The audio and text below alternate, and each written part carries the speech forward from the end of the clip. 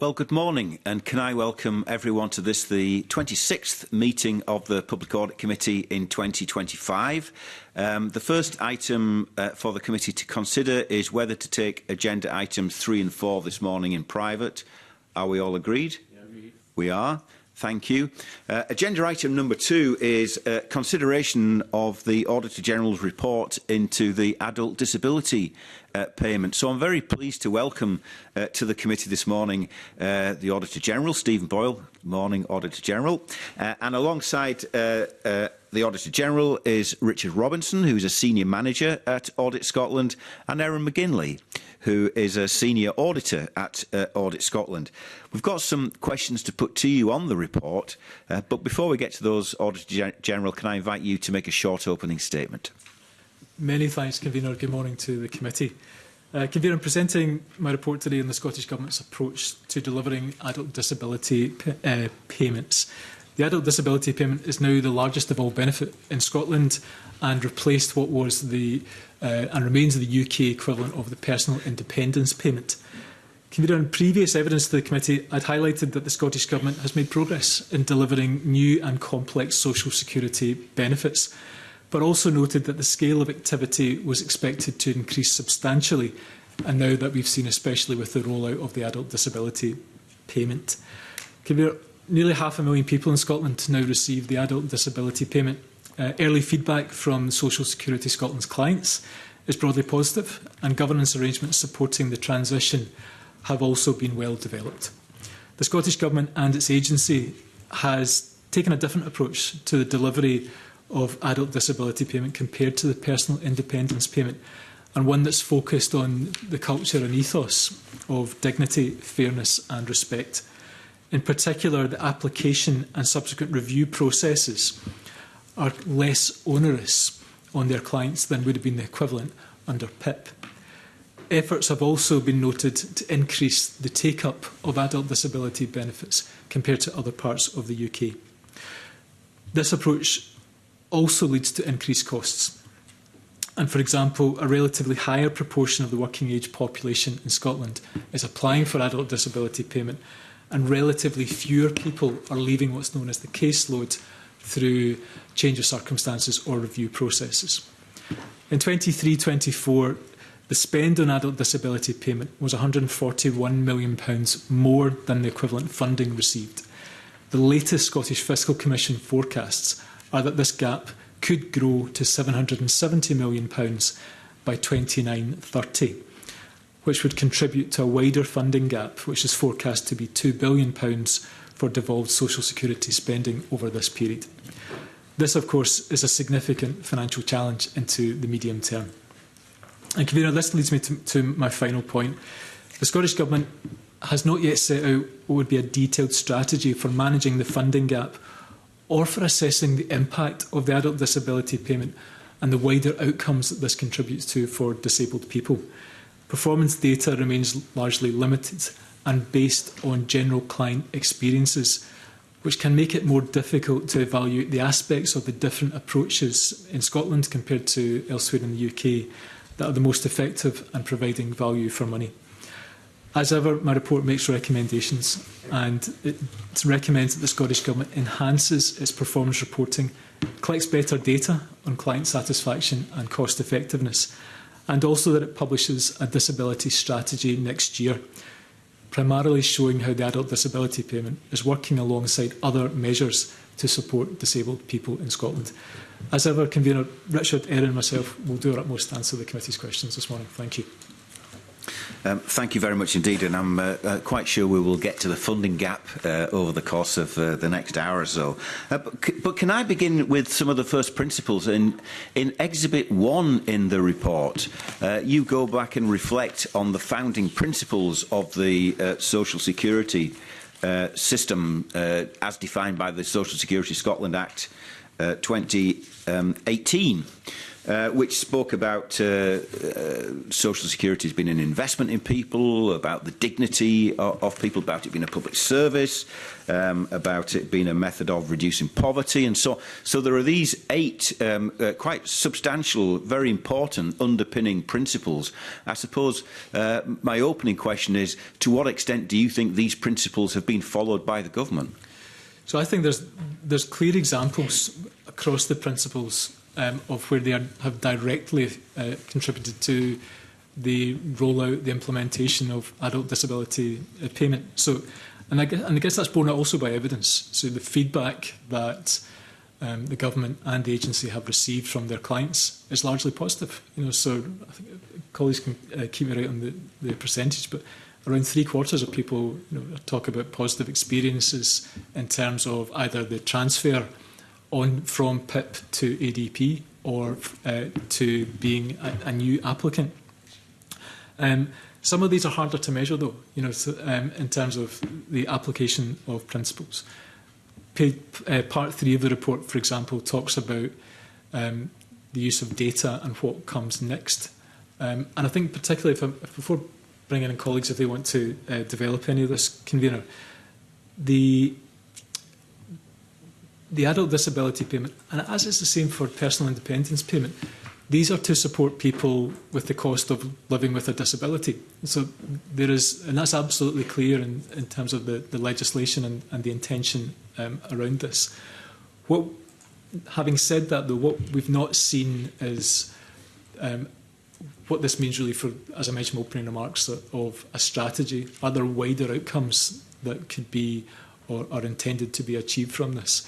And we make reference, if I mention briefly, to data.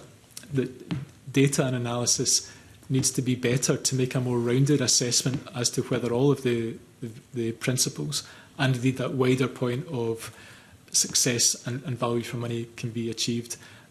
We note, for example, the DWP is starting to make more inroads into collecting a wider suite of data, and whether there's options for the Scottish Government and its agency to do likewise. But we see progress. And the last thing I say, maybe pass to Richard if you're content, can say a word or two. We assess this has been a successful project. So you can see that the adult disability payment has been implemented in Scotland. 500,000 people are now in receipt of the benefit. People are largely satisfied. Yes, there are financial risks to be managed into the future, but I think it's that wider suite of what data and evidence does the Scottish Government want, along with its agency, to make that assessment of the principles and managing the impact together with the value for money considerations into the future. Thank you, Auditor General. Just to add briefly to that, convener, as we say in the report, in part 1 of the report, the co-design, including with the DPOs, the disabled partnerships, built these into the approach. And it's encouraging to see that the surveys and the responses and feedback that are received are in line with the principles that they're looking to set out. That's what they're trying to seek their feedback on. Another point is obviously the principles are something which is an ongoing process as opposed to something that gets done and finished. In particular, if we look at the 7th and 8th principles around constantly looking at opportunities to improve and to seek value for money, I think some of our recommendations probably come into the place of where might those recommendations be that help Social Security Scotland and the Scottish Government understand better what's making a difference to people in terms of impact, how that relates to costs, and how it relates to the broader strategy for disabled people in Scotland. Okay. You mentioned about the DWP increasing its data collection or improving the quality of the data. I mean, to what extent is there any interdependency between Social Security Scotland and the DWP? In the context of income tax, for example, we have extensive evidence sessions at this committee about the contract between the revenue collection by HMRC on behalf of the Scottish Government and what data they get out of that arrangement. Is there something equivalent going on here, or is Social Security Scotland very much standalone in charge of those devolved benefits? Yeah, so I'll bring Richard in. Actually, maybe we can say a bit more about kind of where we are in the timeline, because this was always intended to be a process of movement from one provider to another. And as I've said, not to kind of caveat my earlier comment, convener, that this has been a project that has delivered as intended. Timescales slightly interrupted. I think as we spoke in previous evidence sessions that COVID inevitably had a disruptive impact on where the rollout of benefits together with case transfer happened. Richard can say what I might maybe touch on is one of the points that, as you might expect from our role as public auditors, is that we also carefully consider fraud and error risks. And we note in the report that that's one of the areas that is still lagging in terms of the ability of Social Security Scotland to inform its review process, and recognising this was deliberately a less onerous approach, that all of the levers available to Social Security Scotland are still going through a process in terms of legislation and the Parliament to equip the agency with those responsibilities, and how they might use them, of course, is up to the agency. So there is a process that's happened, largely successful, but I'll bring Richard in just to kind of set a bit more detail. Thanks, and maybe bring Erin in if that's okay for any further details. So as we set out in the report, there's been a programme that's been set up where the Scottish Government and Social Security Scotland have been working together to complete the case transfer. That's due to finish in May 2026.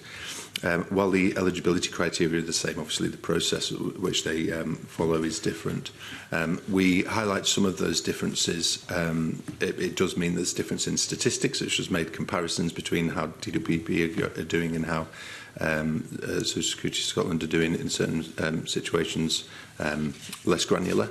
And we also highlight in part 3 where there's potential opportunities to think about how the DWP uses its end-to-end client journeys and how it uses its family surveys to link the information from disability information across to other things such as pathways into employment. But I wonder whether you have anything to add, Erin. Thank you very much, Richard and the Auditor General. So, as the Auditor General said, the timeline for implementing devolved benefits in Scotland was delayed slightly by COVID, but it's all still on track for the revised timelines. Social Security Scotland currently deliver 15 benefits, and there's 3 more that are in the process of being handed over. So there's still some joint responsibility with the Department for Work and Pensions for those. But in terms of adult disability payments specifically, that is now Social Security Scotland's. So there was a case transfer process that went on, and that has been completed as of September 2025. And as part of that, over 350,000, just almost 350,000 cases have been transferred from the DWP system onto the Social Security Scotland system. And that was done with a high level of satisfaction for the clients that went through. There are interrelation between some benefits, which is called passporting, which we don't go into the report, but there is going to have to be continued communication through between the 2 agencies going forward due to that. Maybe just in terms of context and scale, if it's helpful. So the Scottish Government spent £5.3 billion on social security costs, the most recently available audited figures to the end of March 2024. £2.6 billion of that was on a combination of adult disability payment and the personal independence plan. And then some of the, as Erin mentions, 15 or so devolved benefits. The next largest is the Scottish Child Payment on 463 million, and then a range of other benefits. So I think, for me, it just illustrates the scale of the adult disability payment was always going to be the largest of the devolved benefits, and primarily why we wanted to look at it and give an audit view to this committee and the Parliament. And again, just for the record, Erin, I think you said then that the transfer has now been completed. So 347,000 people have transferred across, and over and above that, there are some people who have now applied for the adult disability payment to Social Security Scotland directly. So the total number is around what? That's about 500,000. Yeah, I think it's just slightly under that, but I think the next set of figures will be released, well, now this month, so we'll have a clearer picture very soon as to how that might level out or what trend and trajectory there will be. Okay. Can I just, you mentioned fraud and error, which again is something which the Public Audit Committee's considered in evidence sessions in the past, and the extent to which this is in place. I mean, I suppose there is a tension potentially, isn't there, between a kind of draconian anti-fraud approach, which comes down tough, versus a system which is designed on the principles of dignity and trying to give people a helping hand. I mean, how does that potential dilemma be reconciled? What do you think about that? I think that's one of the heart of the issues of today's report, actually, that through deliberate policy choice, Scottish Government and Parliament, through the legislation, sought to apply a supportive approach to people to interact with this benefit in the first place. So maybe, again, I'm not excuse me, I'm not going into detail on Appendix 2, Exhibit 2 rather, but it kind of sets out how the agency can support people to, first of all, to claim the benefit, in some cases gathering evidence on their behalf to make it feel less confrontational than it might have felt as. And then alongside that, I think we use our language quite carefully. We describe something of a light touch review process, one that's deliberately less onerous in approach. I will bring Erin in a minute, actually, Convener, because I think we've got some more up-to-date statistics, actually, than at the time of publication, but how that's translating into what's called review statistics about whether people remain on the caseload or otherwise. But there is a tension, and I think as alluded to a moment or two ago, there's still some work to be done in terms of equipping Social Security Scotland with the necessary legislation to do some of the fraud and error assessment and evaluation. And that is still working its way through Parliament. But you're right. There is a. Just for the record, we refer to that paragraph 86 in today's report. Yeah. But yes, there is a tension, and inevitably that leads to higher expenditure on the adult disability payment in Scotland relative to the personal independence plan. I don't think this is any of it was necessarily unexpected, but the numbers are significant. So, £141 million difference in expenditure in the most recent financial year, and as I mentioned in opening remarks, that's going to grow to, and it is the most recent forecast, and again it's subject to change depending on some of the decisions that either the UK government does or doesn't take about the associated funding that would come from the personal independence payment and how that flows through the financial framework between the Scottish and UK governments. So yes, there is tension, but it is a policy of one of less onerous and more supportive approach to both, first of all, to claiming and then the review process. But I think it may be helpful to illustrate that if Erin's got the most up-to-date stats. Thank you. Yes, so it's a very nuanced picture when you look at award reviews in Social Security Scotland. So on the sort of broad facts, between March of 2022 and July of 2025, 3% of awards in Scotland were reduced or ended at the award review stage. And that's with roughly 42% of people receiving adult disability payment having been through review. And that's in line with child disability payment, which also has a 3% reduction rate. However, when you compare that to personal independent payment, they have a 20% reduction rate over that same period. So between 3% and 20% is quite a difference. But as I say, it's very nuanced, so it depends how you look at the data. So for example, between January and April of this year, in Scotland, ADP had a 5% rate of people having their awards reduced or ended, and PIP had a 16%. So it's coming more in line, but it also depends who you're looking at in these statistics.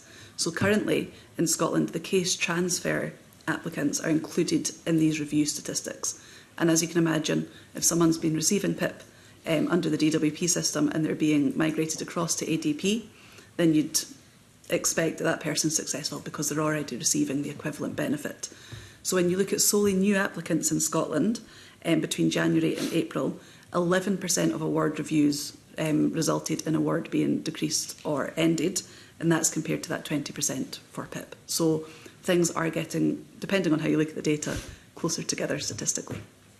Right, that's really interesting. I mean, one of the other paragraphs that struck me in the report, I think, is paragraph 82, where you reflect on the fact that there are the rate of award in Scotland has often been lower compared to the award in England and Wales with PIP. I mean, what does paragraph 82 tell us? I mean, I guess lying behind that question is, could there be instances where people were actually underpaid and the award wasn't as it should be, that people were in receipt of less than they were entitled to?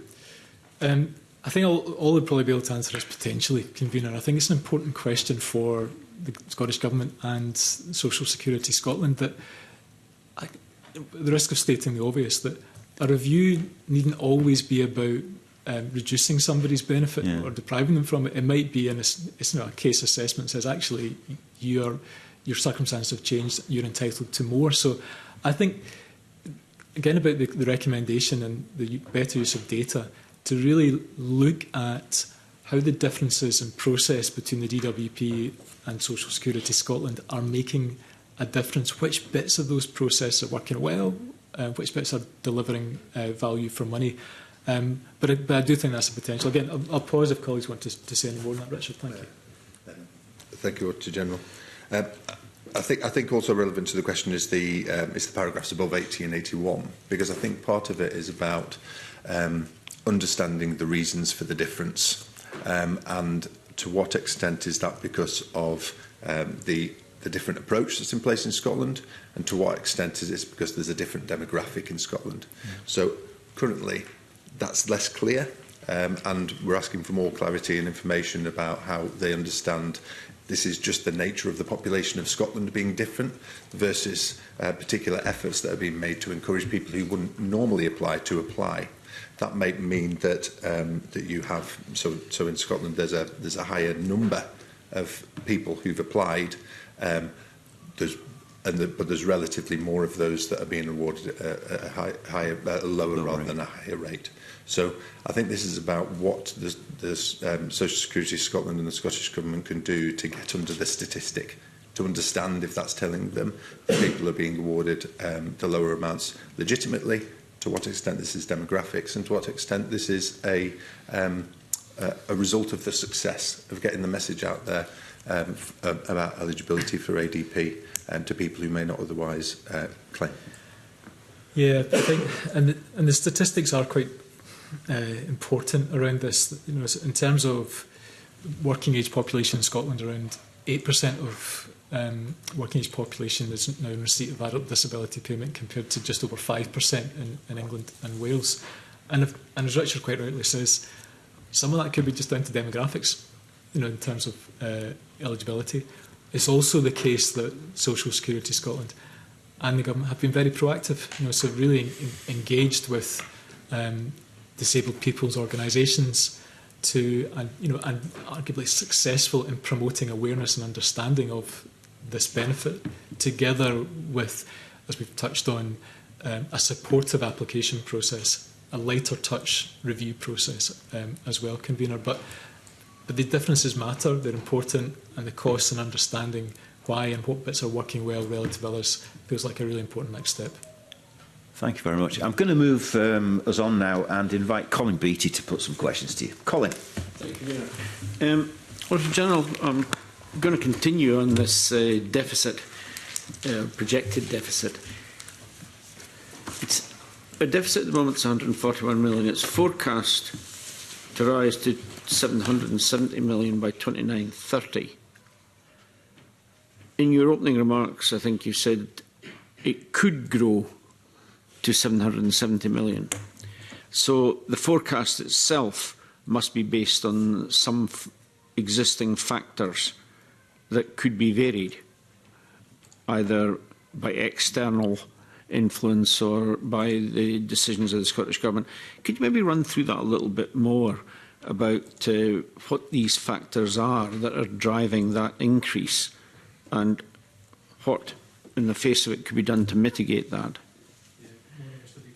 Happy to start in response to your question, and I'll bring Richard in actually to say a bit more about the how the forecasting works and some of the variables around it. You mentioned decisions by the Scottish Government and its agency, which will undoubtedly influence that. The analysis of, as we touched on with the convener, about the different parts of the £141 million, which bits of those are working well, which aren't, having a better suite of data to inform the decisions, and then the forecasts. So the forecasts are from the Scottish Fiscal Commission, who will have looked at this in detail. And again, Richard can set some of that out for the committee. The other significant variable is decisions that the UK government takes around the processes for the award of the personal independence payment and how that could flow through the Barnett consequentials, the relationships across the fiscal framework between the Scottish and UK government. So I think we're clear. General, surely that's a variable you could apply to any part of the Scottish budget almost, not just this part. Because the changes that happen in Westminster we've no control over, and their impact on our budget. You can't make a contingency for every single possible potential change. I accept that. And I think what we tried to do in today's report is to set out the most recent available forecasts to illustrate whether it remains at 770 million. Probably not. I think that is a forecast in time. That could go up or it could go down. But in the financial year in question, £141 million, that's a significant number to be managed. And we accept absolutely that there will be variability. And one of the recommendations we make in the report is effectively around scenario planning, Mr Beattie, that for the government to have a clear, transparent plan about how it will deal with the impact of these variables as they change. And I think we recognise, I think kind of helpfully, the publications over the course of the summer, so the Scottish Government's Fiscal Sustainability Delivery Plan recognises that one of the steps that the Scottish Government intends to take is to do a more of a detailed analysis of adult disability benefit review processes, how that is influencing the in-year divergence between what the Scottish Government is spending on the adult disability payment relative to the amounts it receives. If you're content, I'm keen to bring Richard in, maybe to sit about some of this in a bit more detail. Thank you, Mr General. So the forecasts, as you know, similar to if we were talking about Scottish income tax, is the same thing. It's subject to change over a 5-year period, and it's based on two sets of forecasts, really. So it's the SFC forecast of what the costs of the Scottish approach will be, and the OBR assessment of what that would be at a UK level. So we set out some of the detail around the volatility that's taken place of that from paragraphs 41 of the report. Currently, the 770 for 29-30 is the latest forecast figure. It's the figure that's also used in the Scottish Government's recent fiscal framework outturn report that was published a few weeks ago. As would be expected, any divergences in approach would have a financial impact, and that's what we're seeing coming through here.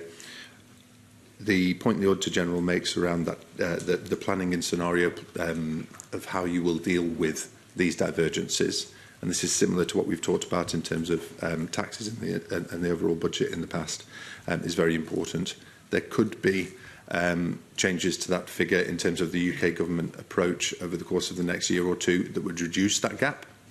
Also conscious that there's been an independent inquiry into ADP with various recommendations that could increase costs if some of those are taken on, and there'll be a whole host of other factors around demographics and changes in forecasts that could help or hinder that position. So what will be important for the Scottish Government is to be clear in its own spending reviews and then in its annual reporting about how comfortable it is that it can manage that gap part of that will be, as the Auditor General says, what does it understand about its costs and where those costs can be reduced or changed. The Auditor General has raised around the way they manage the reviews to client awards, how comfortable they are with those costs. Other might be where in the rest of the budget you may want to reduce costs to ensure that you have a balanced budget. That probably takes us to where we are in part 3 of the report, which is how well do you understand the variety of services that disabled people in Scotland use and access, to make sure that when you're applying these things, you're doing it in a holistic way that best supports people as a whole, with ADP as part of that. I suppose that takes me to sort of a daft laddie question about the actual amount of the increase. You've given some indication that the increase is driven, for example, by a better take-up or a higher take-up of benefits and so on, but that wouldn't account for everything, because a lot of that higher take-up has already been factored in. So, what's the actual maths behind this in terms of calculating where you're going to get to 770 million? Because I suppose you're making an assumption on inflation and that these payments might be increased. What other variables do you take into that? Yeah, I'm happy to start. Actually, maybe Erin might want to kind of help me out with some of the detail on this, Mr. Beattie.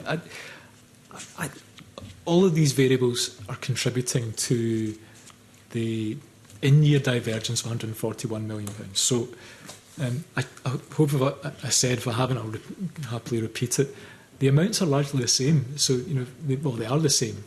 What you'll receive if you were in receipt of personal independence payment and the adult disability payment. Then we start, I suppose, looking at some of the variables. One is that there are 2 rates. So there's a standard rate and then an enhanced rate, and that will kind of vary by different parts of the country. We've also spoken a bit about I think what feels like quite a significant factor, the difference in uptake rates. So again, deliberate approach. Come back to, I suppose, the convener's reference to Exhibit 1 of Social Security being a human right, and if you're entitled to that, you should be in receipt of it. So we are seeing 8% of the working age population in Scotland receiving the adult disability payment compared to 5.3% on PIP in England and Wales.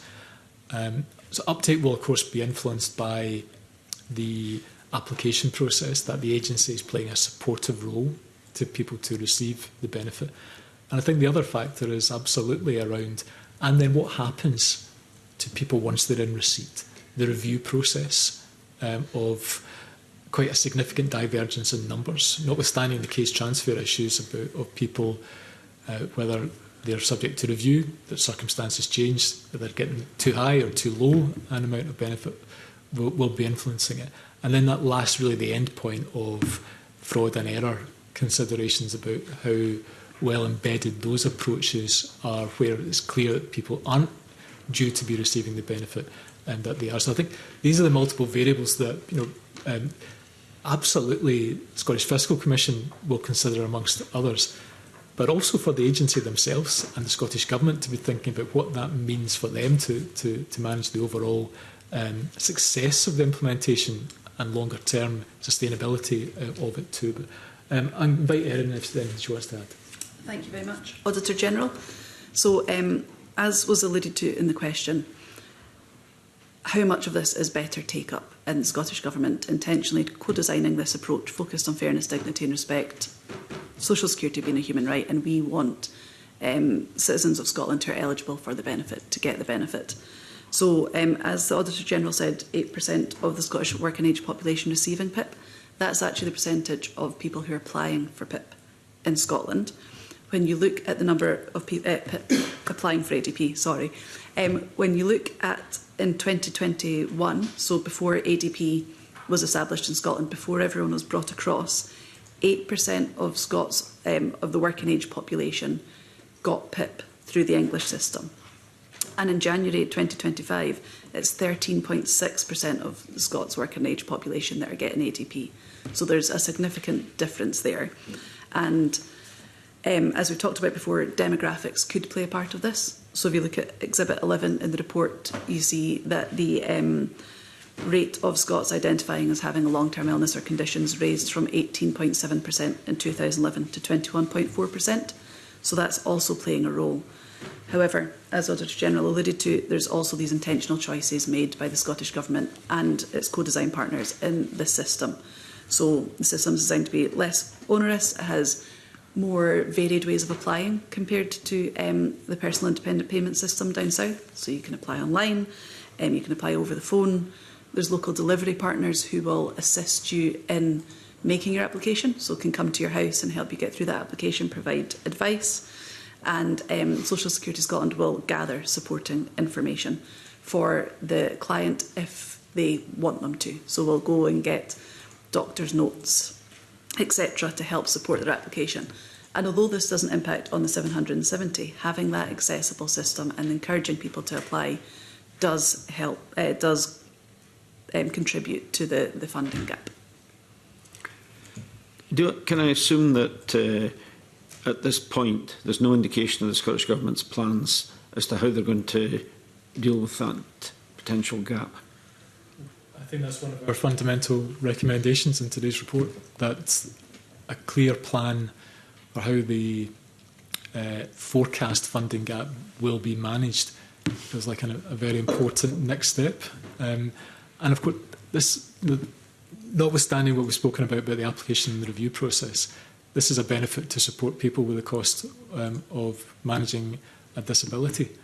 And that suggests that there will be a demand-led element to this benefit. So that inevitably brings into prioritisation discussion. I think we've spoken about with the committee many times about the challenges in changing a system, whether it's health and social care or social security.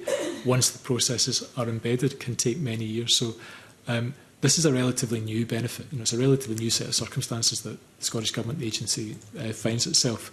But it feels like now that it's up and running, it's like a really key part of decision making to inform ultimate fiscal sustainability in the years to come.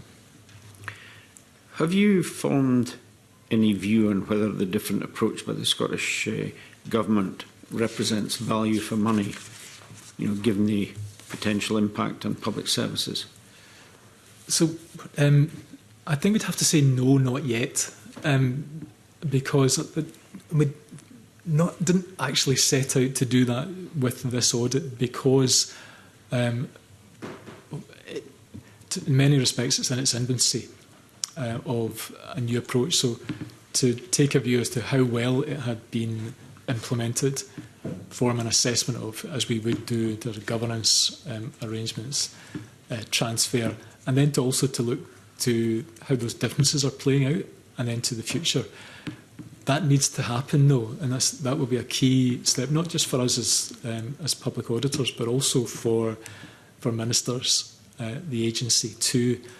But we think there are some barriers to doing that, and as we talk about in the report, that the analysis that needs to happen of which parts of the differences in approach are making either the most successful or least successful contribution, because that will be the key driver for value for money, Mr. Beattie. And we make recommendations across today's report of how a more informed consideration of value for money should and could be taken in the months and years ahead.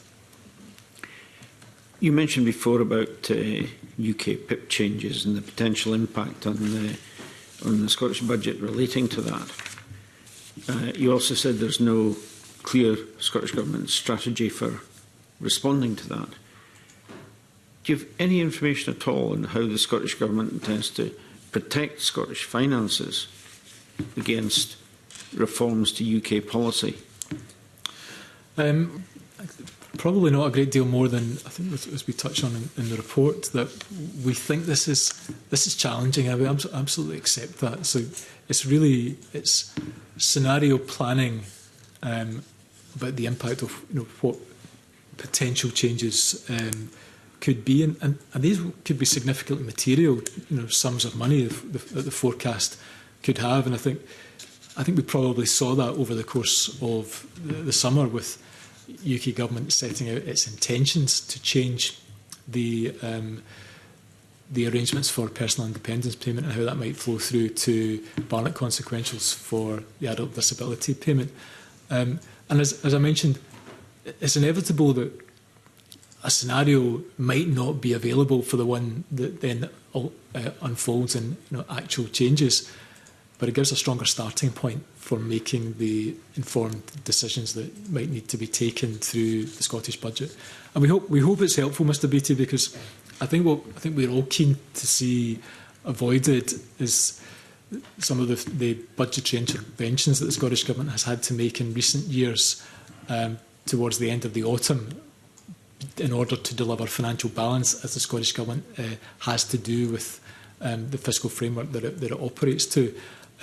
Doing this in a more planned basis, with more scenarios at their disposal, will hopefully make this a less onerous process in terms of budgetary management arrangements. But if I may, Richard might want to say a word or two more about the genesis of our recommendation. Thank you very much, Auditor General. I suppose fundamentally it comes down to a couple of questions. One which is, where is the flex in the Scottish budget to deal with volatility? And the other one is, where is the flex within the social security system to deal with the volatility? On the former question, if you remember last year, we produced a report on fiscal sustainability and reform, which set out that more was needed to understand where the flexes in the budget are. We've seen the fiscal sustainability delivery plan, which we also reference in the report, and that gives some more broad commentary on reform within systems, including reform within Social Security Scotland, things that could help within that, such as digitisation, automisation, etc.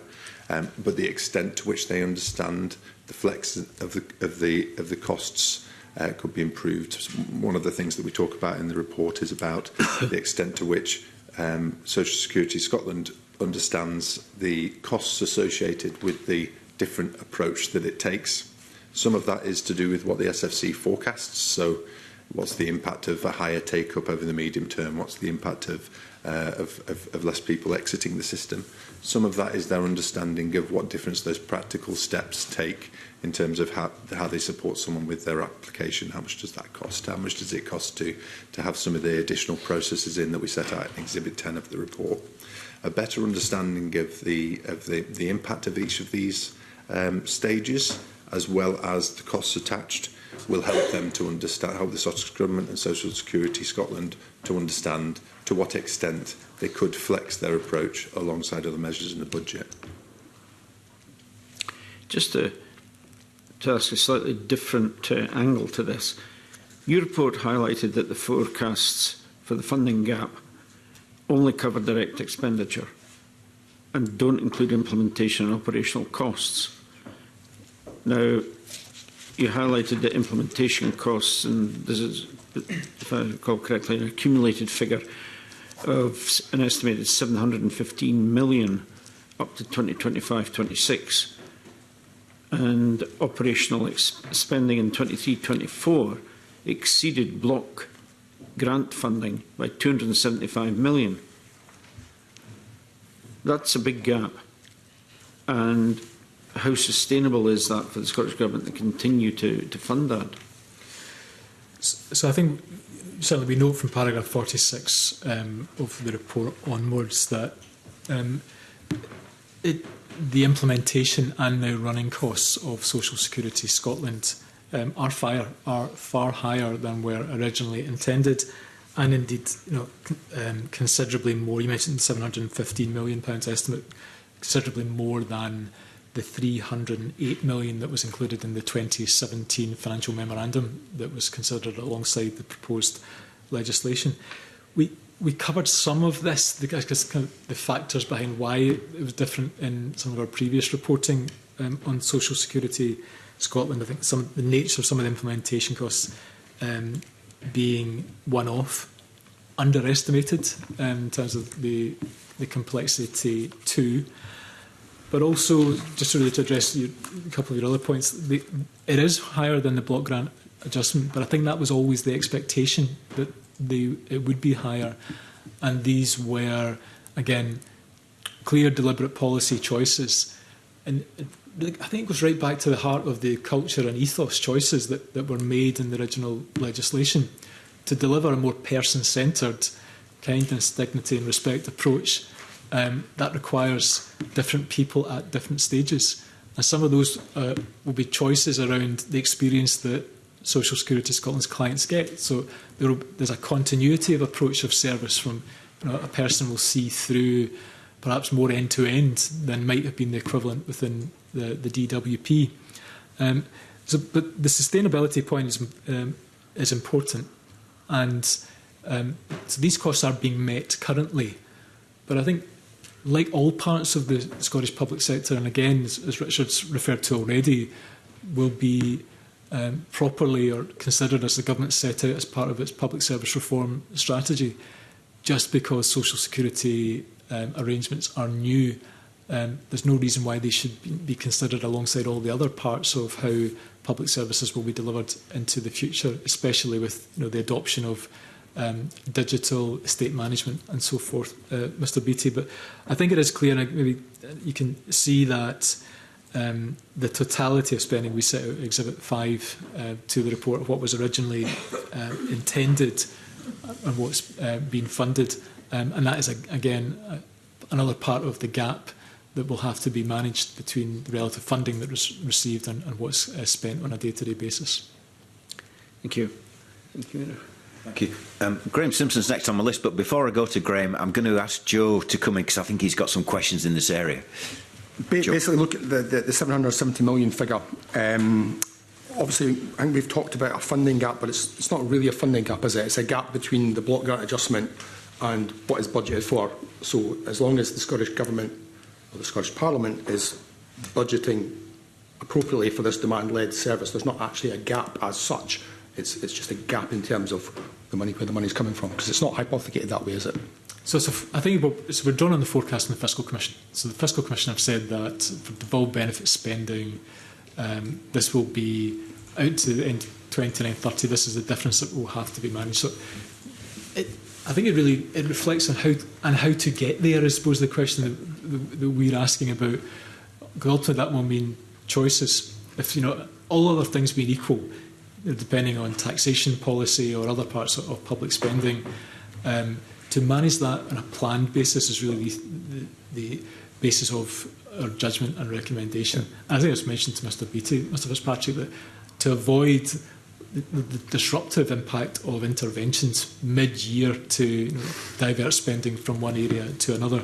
But I don't think it's one that we would take lightly. I think that it's a significant number to be managed in transition of £770 million represents a significant part of the overall spend. But obviously that's something that the Parliament makes a decision on each year in terms of how much of resources from the whole of the budget we think it's appropriate to spend in this area.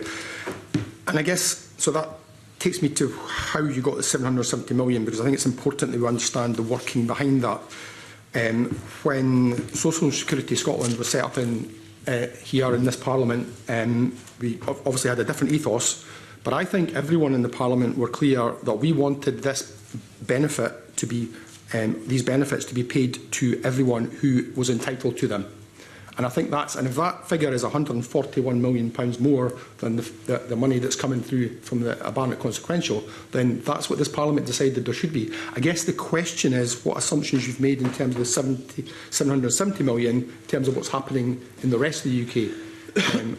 Is the assumption that the rest of the UK will continue with a system which does not give everyone who's entitled to these benefits and does not aim to give all disabled people who are entitled to PIP as it is their benefit? Is that your assumption? You've assumed they will continue. I represent the great city of Dundee. Lots of my constituents work for Social Security Scotland. Lots of them used to work for DWP. And I'm not quoting anybody, but it's night and day the approach difference. Before it was success was cutting somebody's benefits, whereas now success is making sure people get the benefit they're entitled to.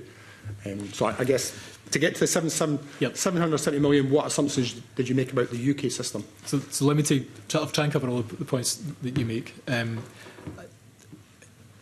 We absolutely see, and hopefully it's coming through in the report, that the extra spending is absolutely down to the choices that the Scottish Government and the Parliament approving the budget have made. There's no question of that. And you can see, through promotion of uptake, talk about, social security being a human right, active support for people to claim the benefit. I'm sure, I'm well aware of the agency having presence in Dundee, and I'm sure many of those people will be supporting claimants through that process. And of course, yes, that comes at a cost, and that cost was approved in expectation by the Scottish Parliament. The 770 million is the Scottish Fiscal Commission's forecast. So we're drawing on the Fiscal Commission's work. And I, as mentioned to Mr Beattie, look, there's a lot of variables around this, and forecasts are just that. They are not, say that you can comfortably rely upon, and touched upon some of the reasons why there's an in-year difference of £140 million in terms of the application, the review process, the different demographics that exist in Scotland, some of the statistics that, again, just to get to the exhibit, exhibit 11 of the report, that those demographics of people and how they're affecting people with disabilities differently in Scotland and other parts of the UK are all the drivers behind the number. Why we make a recommendation, why we're emphasising it in the report is, although the Scottish Government will consider Scottish Parliament should say, will consider the budget bill from one year to the next, and and has to deliver financial balance, it will become harder to do that with a real sense of which parts of the difference and approach are making the biggest difference. It being aspects of it being demand-led alongside others. What the Fiscal Commission point out, to digress slightly, is health and social care together with devolved benefits will become the two largest parts of the budget. And if they're hard to change and reform, it will make really difficult choices necessary on other parts of public spending each year in order to deliver that financial balance. If it's helpful, Mr Fitzpatrick, maybe Richard and Erin might want to say a wee bit more about how the Fiscal Commission's forecasts work. Yeah. So, thank you, Auditor General. I think in broad terms, the 770 is a figure that comes from the SFC's forecasts, which is, as I set out before, looking at what the OBR have said about what's going to happen with PIP, and how that relates across to the block grant additions that are going to come through, looking at what the SFC believe are their forecasts of spending, comparing that spending to the funding coming through, and producing that figure. So that's the latest figure that's available. They could change when there's the next set of OBR forecasts and the next set of SFC forecasts that will support the next budget, and that will continue to be the case. There's going to be volatility within that process. And have they been transparent about what assumptions they've made about PIP? So have the SFC been clear? I would say that they're clear within their report about the various assumptions that they're making assumptions. The SFC are talking about what the Scottish Government policy is for Scotland and how that they believe that will lead to spending over the medium term. It's the OBR who are making their assessment of what PIP is going to do in terms of leading to spending in the rest of the UK. And then it's the comparison of those two which is going to create the difference between the funding and the spending. So it's the OBR's assumptions, and that actually maybe we need to be looking at in detail, because if they've just assumed that, my hope would be that across these islands everyone who's entitled to benefits get their benefits, because ultimately I think that is best for the type of society, and if that was going to happen, maybe the OBRs. So I think it's maybe important to recognise that these are forecasts, not actuals. Yeah. So what the purpose of having forecasts over that medium term is to allow the Scottish Government to consider how they're going to manage any gap that they may arise. And I think that leads us to where we're saying, which is a bit more information and data and detail on how they would manage that, whether that's within Social Security itself or its impact on other parts of the budget, is what we'd like to see more of coming through. Okay, thank you. Thank you. Erin, did you want to say a word or two about that as well? Yes, just for a visual on what we're talking about here. If you look at Exhibit 4 in the report, that shows the difference between the Scottish Fiscal Commission's December 2024 forecast and May 2025 forecast. And the difference, one of the main drivers for the difference between those two are what were then the proposed legislation changes in the rest of the UK to PIP. So the difference between the two bars here are what that would do to the funding coming to Scotland for ADP. Obviously, that situation's changed. However, there's a ministerial review due to publish next year, the TIMS review, that's looking at PIP and some of the changes that were floated before. So there's just a visual to support what we're talking about here. Yeah. I mean, I think my understanding is the OBR forecasts, which are built into the Scottish Fiscal Commission forecasts, relate to the pre-shelving of the reforms. So there was a revolt. There was a revolt against the proposed reforms to PIP, which led to the brake being put on. Stephen Timms being appointed to head up a review, and so for the next year or so there aren't going to be reforms to PIP, as I understand it. So there would need to be a revision. So Joe Fitzpatrick's right. The 770 million is based on the world as it looked like it was going to be, not the world as it currently is.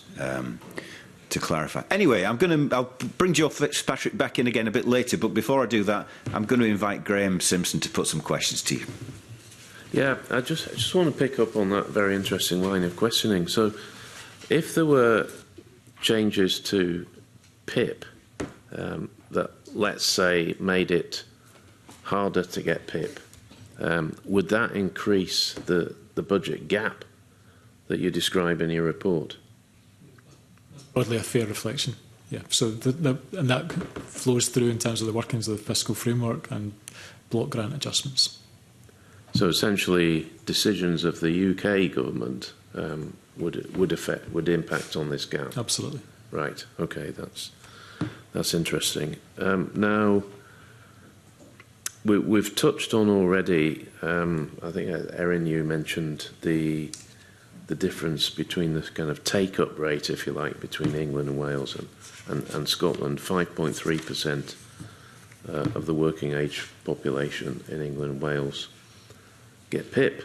8% of the Scottish working age population get ADP. But he also said that it was 8% also got PIP in Scotland.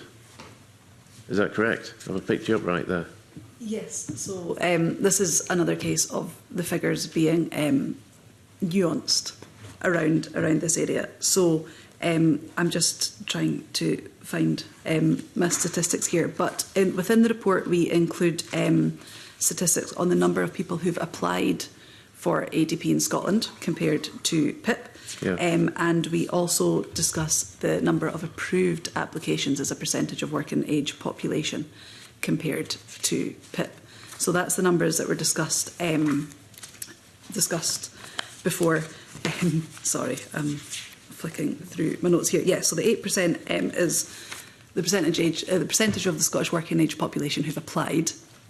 The 3.9% is the percentage of the Scottish working age population who've had their ADP claims authorised, but that's solely new applicants to ADP in Scotland.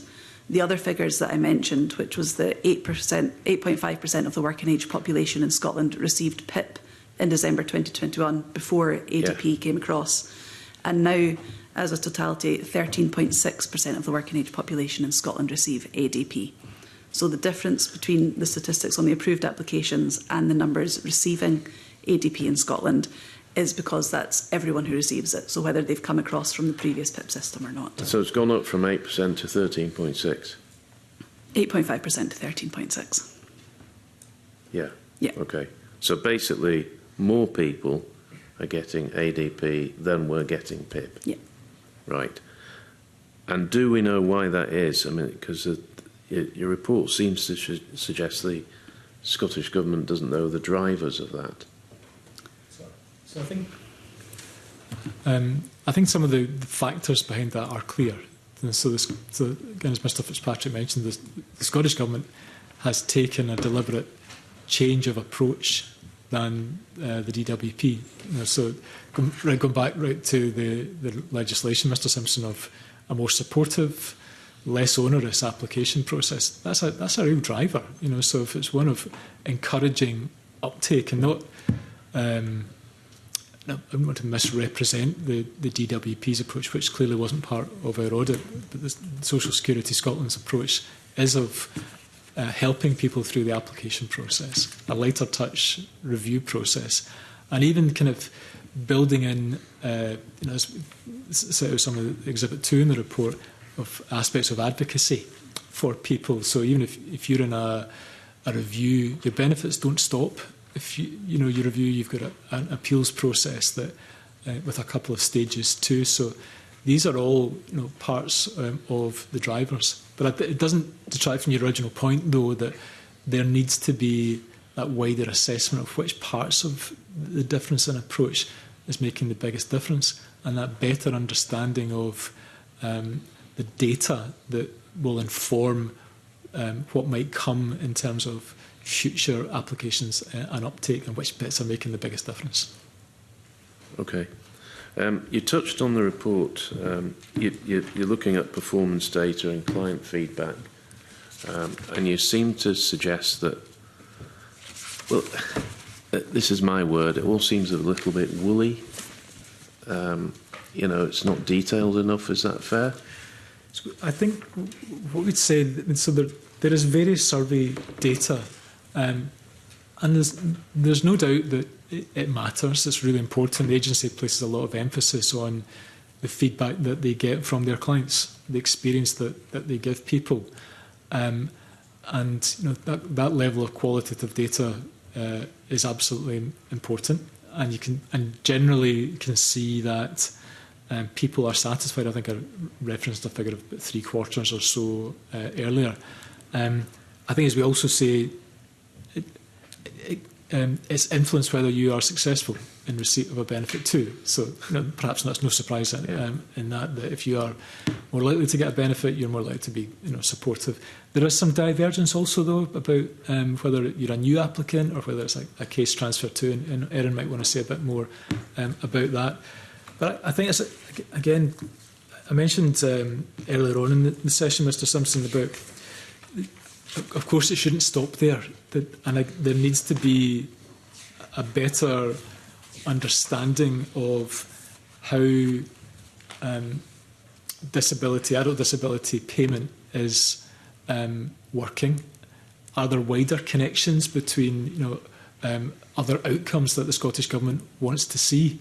And this is slightly difficult territory, because I think that the adult disability payment is a standalone. You know, so it's absolutely clear, and you know, and I don't think there's any ambiguity about Minister's intentions that this is a benefit to support disabled people with the cost of daily living. However, that doesn't mean it shouldn't detract from consideration of wider outcomes, such as the alleviation of poverty, opportunities, education and training, employment. And I think that's, again, is a consideration if we really get to with a strategy. Now, what is the strategy in due course for this benefit, and how that contributes to the Scottish Government's national outcomes? And we think that's why we make the reference that feels like a really important next step for the next 12 months. So it really comes down to, I think, what is the benefit for? What's it meant to be achieving, and is it actually achieving that? In terms of outcomes for individuals, do you think the Scottish Government is maybe not doing well enough in that respect, in actually measuring the outcomes? So I mentioned the DWP has started to look at some of the wider outcomes through its paragraph 97 covers us in terms of, you know, sourcing better data. The family resources survey is the vehicle for this. What does it mean in terms of employment and income? To start to get a better understanding of the experiences of disabled people, you know, and there's an opportunity here in Scotland to that. The report, for example, we can get into this in a bit more detail as you wish, about the disabled employment gap that exists. the higher costs of living, which was so. This benefit was designed to support higher cost of living with a disability. So that absolutely what it was there, and what the Scottish Government is achieving through this benefit. But perhaps it doesn't stop there. You know, there are more opportunities for a wider assessment through to the contribution to the national outcomes. And as I've said, Mr Simpson, that feels like, you know, an approach over the next 12 months to progress. Okay. Of course, Richard. Yeah, thank you. Just to add, I think part of the question was about, are they achieving what they set out to achieve? And I suppose this takes us back to Exhibit 1 and those principles where we sort of opened out. So core to that is an approach that's where people are treated with dignity, fairness and respect, and how that is then showing through. So it's right to talk about the satisfaction figures and how there's different ways of cutting that. We can see in our exhibits 7 through 9 about how you can see different things, from whether you're looking at the case transfers versus new claimants, whether you're looking at people who've been successful or not, but understanding what drives that satisfaction and feeling treated with dignity and respect. It's going to be quite important to understanding operationally how you improve as a learning organisation, and also your understanding of costs. So we mentioned in the report, well, to what extent is this a consequence of a backlog which has since rescinded? To what extent is it a success, or to what extent does the case transfers figures show you that people are actually, as Mr Fitzpatrick raised, enjoying the ADP experience more than they did the PIP experience? So all these things, and again, we talk about in Exhibit 10 that kind of breakdown of the where there could be different costs and benefits incurred in the process. All of these things together will give a richer understanding of what that satisfaction score means, and therefore allow the Scottish Government and Social Security Scotland to understand better how they are fulfilling those principles and continuing to develop against that. Just add to what Richard said there. We say in the report that the performance measurements in Social Security Scotland are broadly good. They have around 70 or so indicators. They collect feedback in lots of ways, so through surveys or panels of clients who relay their experience. But it's the fundamental is, why are these trends changing? And understanding that. And if you look at case study 1 in the report, we've got an example of where this kind of work's already been started by Social Security Scotland.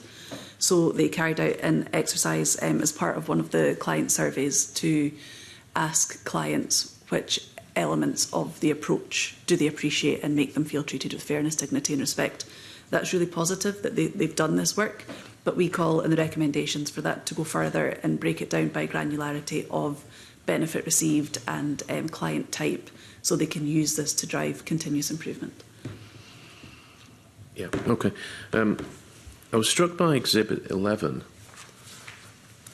So that Exhibit 11 is Scottish Census results indicating additional demands on ADP, and it goes through a number of things: long-term illness, disease or condition, mental health conditions, physical disability, etc., etc. All those indicators show that Scotland, between 2011 and 2022, the health is getting worse in those indicators. Do we know how that compares to England and Wales? Or is it the same picture there? Colleagues can answer that in a second if we have the comparable data, but I think I'm not sure it's terribly surprising, and maybe even I guess reference some of the other reporting that we've touched on with this committee, you know, whether it's work on the NHS and, you know, the especially the adult mental health report that we produced, and then some of the statistics around demand for CAMS services, albeit, you know, an upward trajectory in reducing access constraints in recent times. And then within, you know, the last year or so, the report that we produced on additional support for learning arrangements, when we've seen the significant increase in around 40% of children and young people in schools having an additional support. And that's a wide spectrum, of course. You know, that can, as I remember the committee's interest in this, that includes children and young people who are gifted through to those with severe and complex needs. This will be, you know, so this survey change covers the 11 years from 11 to 22. Also thinking about, and then what comes when the survey is repeated, into the early 2030s, managing the expectation of how societal changes will be and what that might mean in terms of not just demand for benefits, yes, but demand for public services more generally. So some really important, I think, influences here that will inform the human right for social security, but also in due course the value for money aspect of it too, Mr Simpson. But you'd asked about how that compares to England and Wales. Just check if colleagues want to address that. Mayor, just Thank you. Thank you. And I think it's absolutely right to bring up that relativity point, because while a change in the health in the population may affect the spending choices in Scotland, similar issues arising in the rest of the UK could potentially lead to more funding coming through as the rest of the UK deal with the same issues. We haven't done a direct comparison in the way from this to the UK position. I'm aware that the Scottish Fiscal Commission produced a report a couple of months back on long-term population health, and they did do some comparison, which was across to how does that reflect across to relatively for the rest of the UK. Obviously thinking ahead to the long term about what that could mean for consequentials, body consequentials and so forth. They found that there are some differences insofar as a relatively older population, for example, and now understanding the extent to which that might affect other aspects of health provision, as well as social security and reliance on other services, is going to be important to understanding those differences.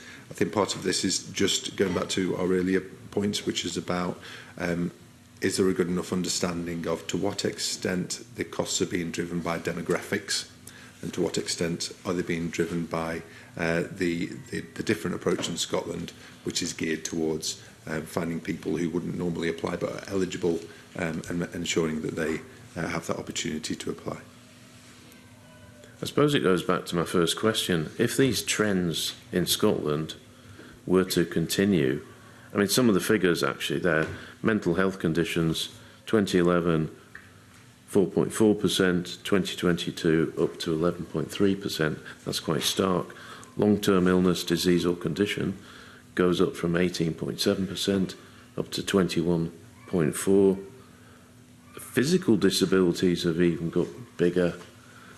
If that continues, then the demands on ADP will become bigger. If for some reason they manage to tackle these things differently in England and Wales, and things improve in England and Wales, the gap gets bigger, doesn't it? So ultimately, it comes down to, are there ways of trying to reduce demand by making the population healthier?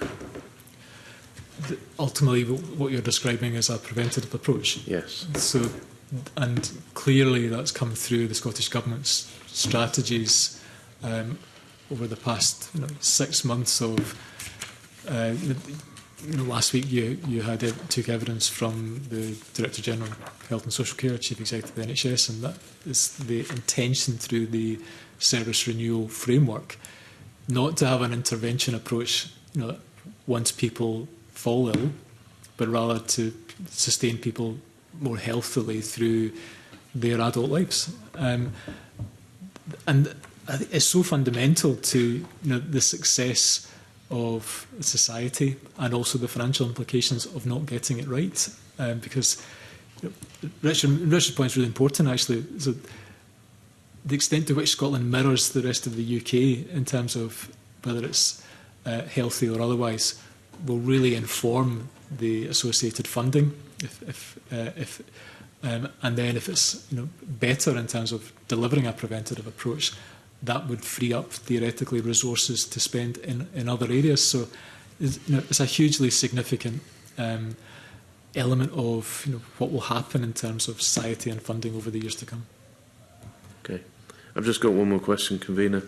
It's round about the redetermination rates for ADP. They're higher than for PIP, but appeal success rates are lower. So what do you think that tells us about whether ADP decisions are delivering accurate decisions first time? And do you think that more specific analysis needs to be done. Yeah.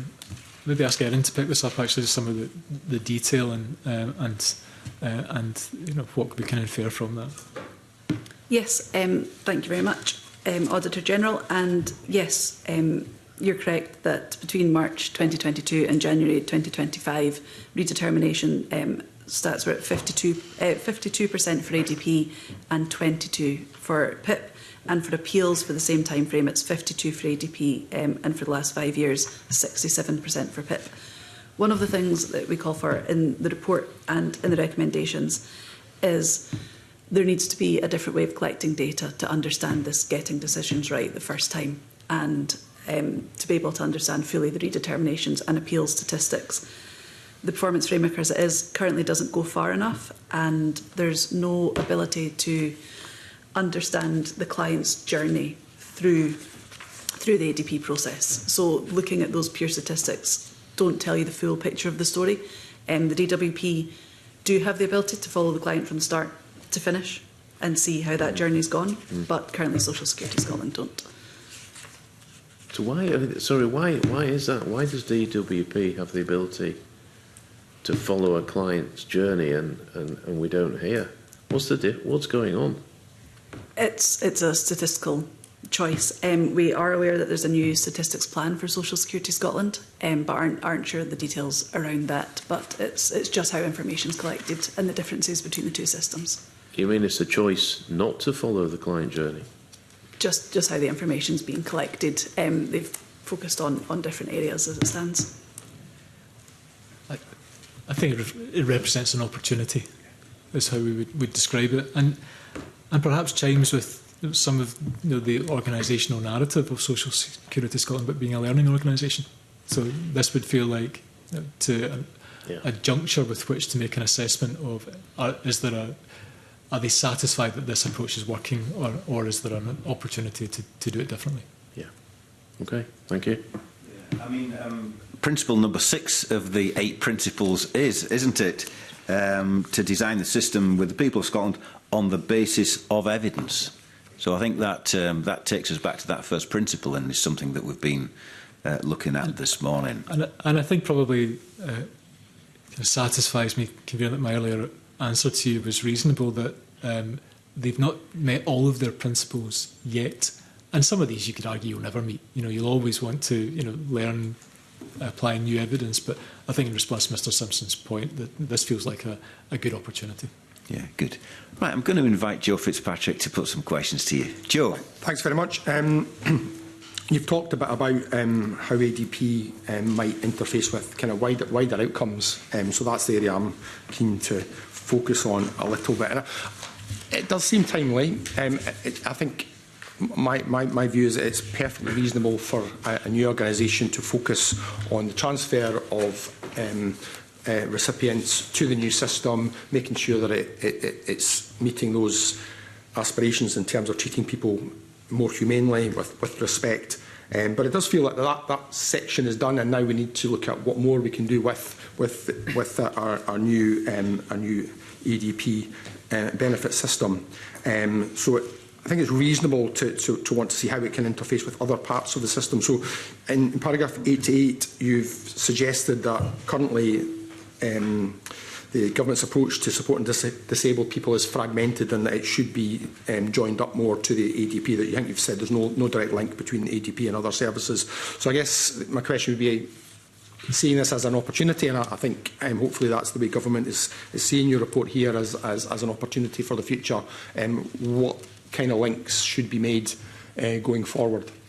Yeah, I share your overall analysis. I think this is representative of the benefit has been delivered. So it's an operation largely as intended, and we describe in the report, with the right governance arrangements, a very clear programme management approach that we've touched on and covered in previous reports. But now it's in place, so I won't repeat the financial importance of doing so. But I think there is an opportunity in terms of wider outcomes. That whether it is in terms of education, training, employment, the employment gap, which we cover in the report, alleviation of poverty, And building on some of the recommendations of others. So Adele Harris's independent review, together with some of the narrative of the Scottish Human Rights Commission about well-being budgeting and so forth. So I'm happy to get into a bit of detail on any of those, Mr Fitzpatrick, but I think where it got us to in this part of the report was addressing the range of approaches under the umbrella of a single strategy now feels like the timely evolution of the application of social security benefits in Scotland. And again, I think that reflects that with some of the thinking that's currently being undertaken within government around the national performance framework, are the national outcomes and the framework itself delivering as intended. So that process is on pause and going through review. Yeah. Again, these two things can dovetail probably quite nicely. I think that's. I mean, my view is that getting people the benefits they're entitled to potentially should be able to. It's almost like preventative spending if you do it right. But I guess we need to be collecting the right data so we can show that. So that whatever the figure is, difference between what they're spending in England compared to what we're spending in Scotland, if we can show that that is making other savings elsewhere in the system, then you can see you have a system which, as well as treating people better, is actually working better for the whole of society. But I guess we need to collect the data. So is there any particular bits of data that you think we need to start collecting that currently we're not? Yeah, I agree. I think that could be really powerful, actually, and would address the many aspects of what might come next in terms of wider outcomes, value for money, and so on.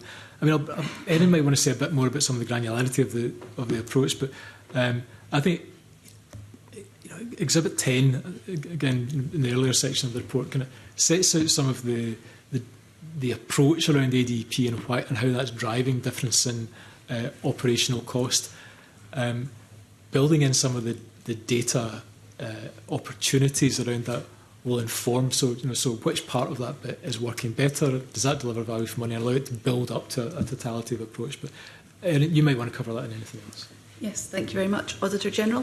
I don't think it's for us to comment on what type of data needs to be collected and how that should be collected, but the data is something that the Scottish Government is aware of, that around equalities in general, there's work to be done on collecting the right data to show outcomes. So they have in place the Equality Data Improvement Programme and the Equality Evidence Strategy to help go some way to solving some of these issues. And I think just to go back to your previous point, we have a recommendation around the next Disability Equality Plan or strategy. Although ADP is focused on helping cover the costs of having a disability, there's no denial that it's a large part of the support that's in place for disabled people in Scotland. So having a plan that includes ADP and spending towards ADP as part of this bigger picture is something we've recommended. Do you think where government are just now, there's been any thought of saying, well, actually we can look at this benefit more in a fresh, or do you think we should do? And right now it's effectively replicating PIP. It doesn't need to going forward. It doesn't need to just do that. It doesn't need to just be for that. It could have a wider application. And would that be something that you think the government should be considering as part of that? So I think that would take me into a policy space to take a view on the appropriateness of one benefit or another. I think at a higher level, it chimes with the report that to make an assessment of, is this delivering value for money? Is it delivering the wider outcomes beyond mirroring the personal independence payment? And those will be fundamental choices that the Scottish Government will need to take in the years to come. Okay. I think just to add to that answer, the independent review into ADP that Adele Harris has just completed and Ministers will respond to soon sort of looks at that broader picture of eligibility criteria, etc. Okay. Maybe looking at more just practical things that can potentially be done more quickly. Your report, I think, mentions that nearly half of ADP applicants said they would have liked more signposting to other services. That feels like something that could be done relatively quickly in terms of joining up services, and probably has another, not a saving for Social Security Scotland, but a saving for the wider system if people are being signposted at an earlier stage.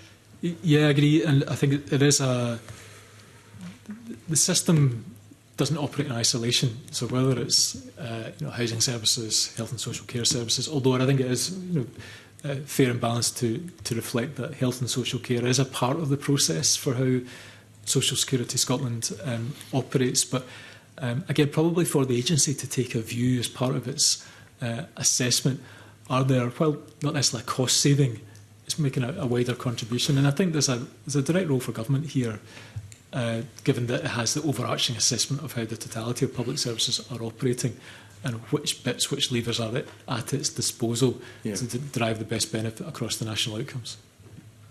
May I just add briefly?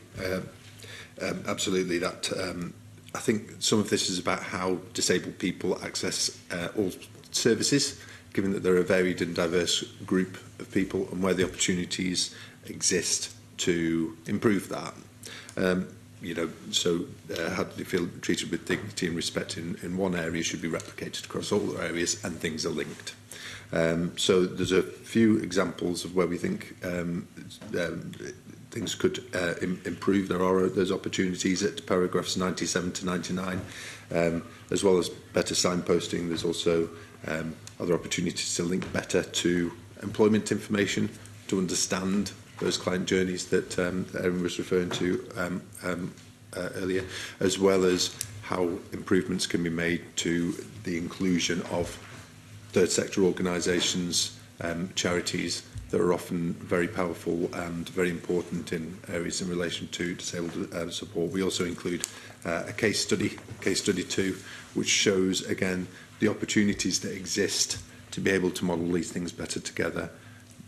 All of this is geared towards how does the Scottish Government satisfy itself that it's making the best use of all of its resources together to support people with disabilities in Scotland. Excellent, thanks. I think most of my other questions have been asked, but one final area. So the report recommends that ADP spending should be considered as part of an equalities and human rights-based budgeting approach. So just try and make that into layman's terms. What practically would that mean if that approach was adopted in relation to ADP going forward? Yeah, I'll have to, I guess, reference that. I mentioned a moment or two ago the Scottish Human Rights Commission highlighted what they call the legal obligation for the Scottish Government to maximise the available resources to progressively realise economic, social and cultural commitments. Practically, in terms of really, I think, building into the budget setting process, the pre-budget scrutiny that committees do, are they satisfied that we're resisting the temptation to do incremental budgeting, and that there is a real pause about our human rights being woven into the approaches of the different lines of the budget, the allocation that different organisations across public services that are funded by the budget are capturing those obligations into their public spending. Mr Fitzpatrick, I mean, if it's of interest, we can kind of share some of that material with the committee from the Scottish Human Rights Commission. Yeah, no, good, thank you. Yeah, that would be, I think, very helpful. I've just got one final point. You've mentioned a couple of times this independent review into adult disability payment. Could you, I mean, we may well, and I can't preempt what the committee decides to do, but we may well invite the Director General Communities and or Social Security Scotland to give evidence to us on this report. But what's your understanding of what they plan to do about the findings of that independent review? Actually, I'll check if we're cited. I'm not sure we are yet, convener, actually, about what the response is to the review. I mean, I think at a high level highlights that the positive feedback that people gave, and I think it's Mr Fitzpatrick who mentioned about the dynamic interaction that we've had with staff, progress towards delivering the ethos that was intended through the legislation. But no, I don't think we're clear yet what the government's intention is around that review. Okay, well, as I say, we might in turn decide to ask them ourselves at some point in the future. But look, can I thank you this morning for the evidence that you've given us on this really quite important report, and I particularly relate to Joe Fitzpatrick's encapsulation of it as being a useful exercise in looking at how the implementation of this transition has worked, and then is there a broader debate that needs to happen, which probably will take us into policy areas about what that then means to some of the preventative interventions that could be made, which takes us back to our old friend, the Christie Commission. So on that note, I'll draw this morning's public part of the committee to a close and move us into private session. But before I do that, can I thank Richard Robinson, Erin McGinley and Auditor General Stephen Boyle for the evidence that you've given us this morning. Thank you very much. Thank you.